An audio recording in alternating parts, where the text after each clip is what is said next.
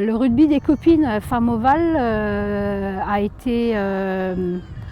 commencé cette année pour la première fois grâce à l'aide du conseil départemental et sans qui on n'aurait absolument pas pu organiser cette action pour démocratiser le rugby féminin qui dans le Grand Est par rapport au reste de la France est un peu à la traîne et ça a été une franche réussite.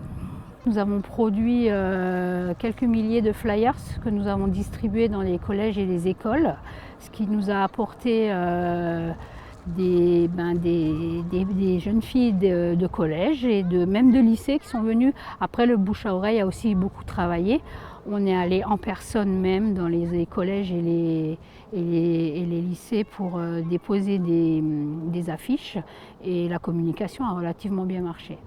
Alors le rugby des copines, le principe est simple. Cela se passe au mois d'avril sur 2 mercredis. Le premier mercredi, les jeunes filles viennent au terrain, donc à Saint-Louis, à Mulhouse, à Chalampé, à Thann, tous les clubs de rugby du Haut-Rhin. On les attend et on les initie au rugby. Évidemment, il n'y a pas de plaquage, c'est du rugby au toucher.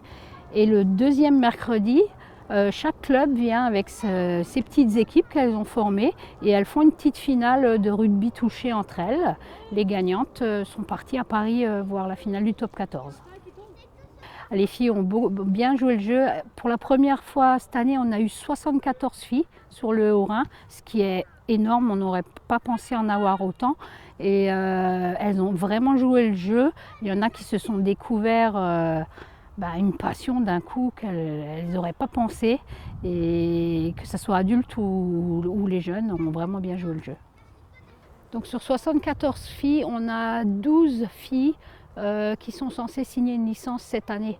Ce qui disons, on avait pensé sur 100 filles un 10%, donc on est à peu près dans la moyenne de ce qu'on pensait. Et on compte réitérer l'opération en 2019. On a appris un peu avec cette opération là où il fallait encore un peu plus appuyer sur la communication. Donc en fait c'est vraiment une opération qui a marché super bien et qui est vraiment à refaire.